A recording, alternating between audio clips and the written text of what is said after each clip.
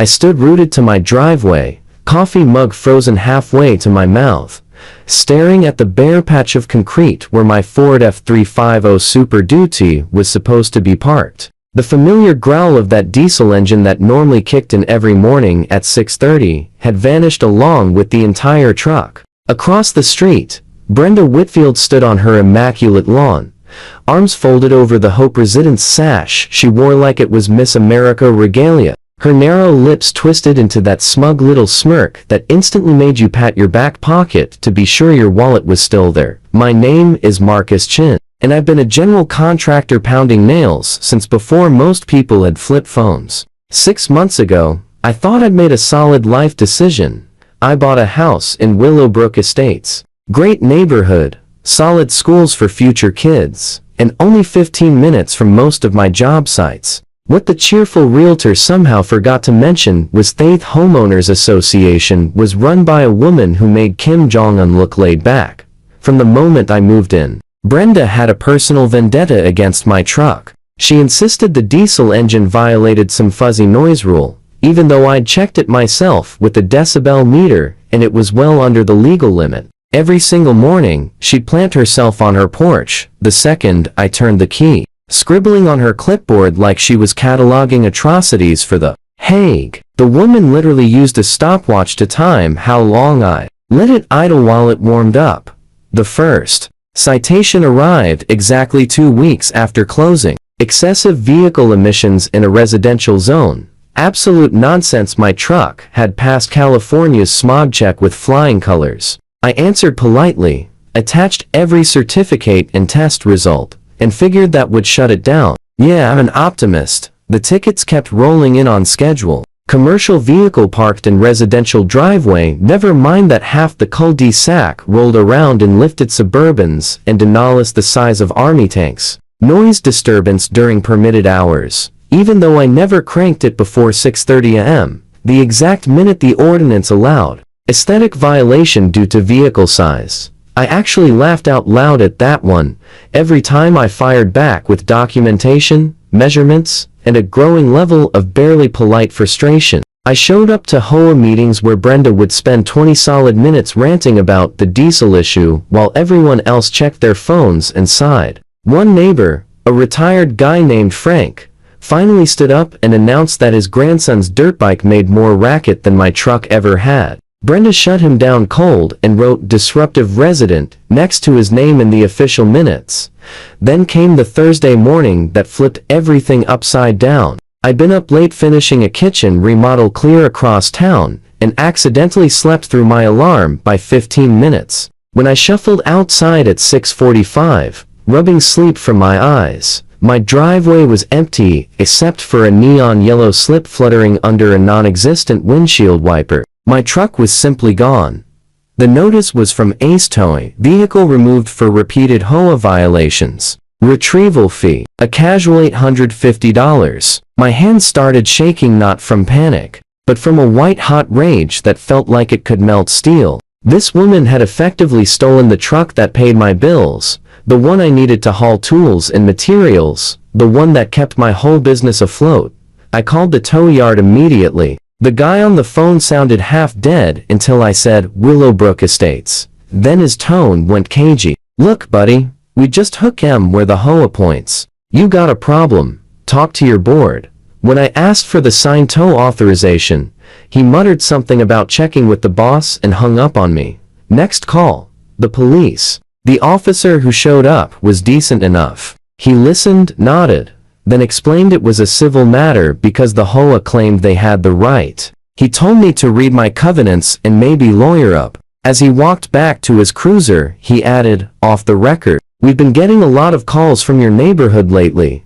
That stuck with me.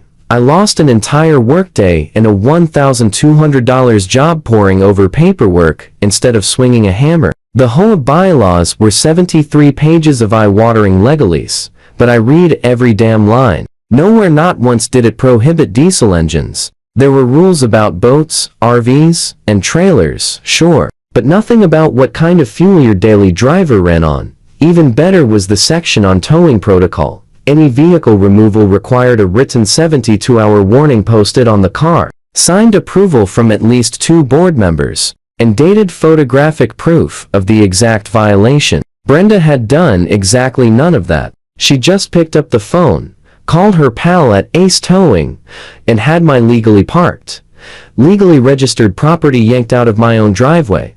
I took photos, screenshots, timestamps, everything. Then I made an appointment with Jennifer Rodriguez, an attorney who eats rogue HOAs for breakfast. She actually let out a low whistle when I slid my folder across her desk. "This is egregious even for HOA horror stories," she said, pushing her glasses up her nose. "They broke at least 4 state statutes and their own rules. We're not just getting your truck back, Marcus. We're going for blood."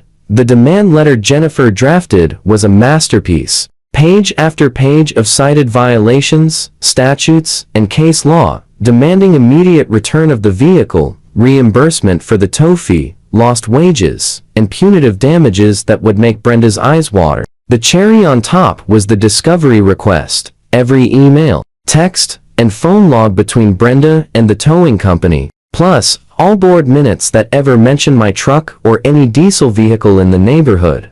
2 days late, the HOA's attorney fired back a response. The reply insisted the tow was fully justified for ongoing violations and community safety, then tried to scare me by threatening sanctions for filing a frameless, I think they meant frivolous, complaint. Jennifer read it once and actually laughed out loud. "They just put in writing that they singled you out. Merry Christmas to us." What came next was pure poetry. Jennifer had already filed a formal complaint with the State Department of Real Estate that oversees HOAs. Brenda's file was a greatest hits album, 3 prior harassment claims, 2 accusations of misusing HOA funds, and 1 for blatantly discriminatory rule enforcement. How she still had a gavel was anybody's guess. I also started knocking on doors, really talking to people for the first time. The floodgates opened. The Johnsons got cited because their 8-year-old drew hopscotch in sidewalk chalk on their own driveway. The Patels were threatened with a $600 fine for hanging prayer flags during Diwali. A disabled vet on the corner got a violation because his wheelchair ramp was apparently half a shade off. HOA beige. Everyone had a horror story. No one had ever pushed back. Until now. Then my phone rang. Channel 7 News. Someone had sent them the whole saga. Lisa Kim, the reporter, smelled blood in the water, especially when she learned Ace Towing was owned by Brenda's brother-in-law. Conflict of interest much. The segment aired Tuesday at 6. They filmed me standing in my empty driveway looking justifiably pissed. Jennifer calmly listing statute violations like she was reading a grocery list, and half the block finally venting on camera. The money shot. Brenda stepped onto her porch in full presidential sash, spotting the news truck, and sprinting back inside so fast, her autumn wreath hit the welcome mat. Classic. 7 o'clock the next morning. The HOA's attorney called, voice dripping with newfound politeness, eager to resolve this amicable misunderstanding. Ace Towing had already released my truck, no charge. Their lawyer apparently explained what grand theft auto looks like when you're on camera, but I still wasn't satisfied. Mediation was set for the following Monday at Brennan and Associates. I wore the only suit I own, the one I break out when I'm bidding hospitals. Jennifer brought a PowerPoint that should be framed in a museum. Brenda showed up wearing her sash over a blazer, like it was body armor. The mediator, a retired judge, asked her, very politely, to take it off. Jennifer dismantled them, piece by piece. Noise? Here are time-stamped decibel logs, quieter than the HOA's own landscapers. Emissions? Current smog SUTs and factory paperwork. Commercial vehicle? State law explicitly protects contractors' personal trucks. Then she dropped the brother-in-law bomb. The whole lawyer literally face planted into his palms. The mediator, Judge Crawford, looked like he was fighting off a grin with a stick. He finally spoke. This appears to be textbook selective enforcement and an undeniable conflict of interest.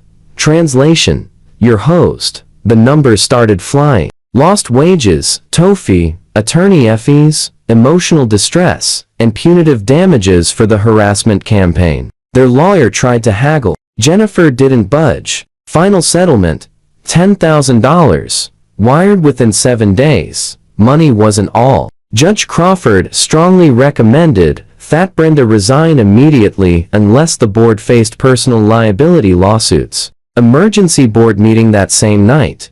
I wasn't invited, but Frank texted me blow by blow. Brenda tried the "I'm protecting property values" routine. Nobody bought it anymore. They'd all seen themselves on the news looking like hostages. The vote was 4-1 to remove her immediately. Brenda was the one. She apparently stood up, screamed that they couldn't do this after her 6 years of selfless leadership, and stormed out, kicking over a folding chair on her way. Dorothy, the treasurer who'd never once spoken up, just said, "We need leadership, not litigation." Mic drop. My truck came home the next morning with a couple of new scratches I photographed for the file. The $10,000 check cleared a week later. I celebrated by installing a brand new exhaust system, quieter, cleaner, and more efficient than the factory ever made it. Petty? Maybe a little. 2 weeks after that, a for sale sign went up in Brenda's yard. A month later, the moving trucks came. I was pressure washing my truck in the driveway when her packed Prius rolled past one last time. She slowed, opened her mouth like she had something to say, then thought better of it and drove off. The new owners pulled in a week later with a lifted Cummins Rem 2500 that sounds like a freight train gargling gravel. Turns out the husband is a diesel mechanic with a mobile repair business. I told him the whole story over beers on his new front porch. He laughed so hard he had to put his bottle down. "So that's why the house was such a steal," he said, wiping his eyes. Sometimes justice rolls on 22-inch wheels and smells faintly of diesel.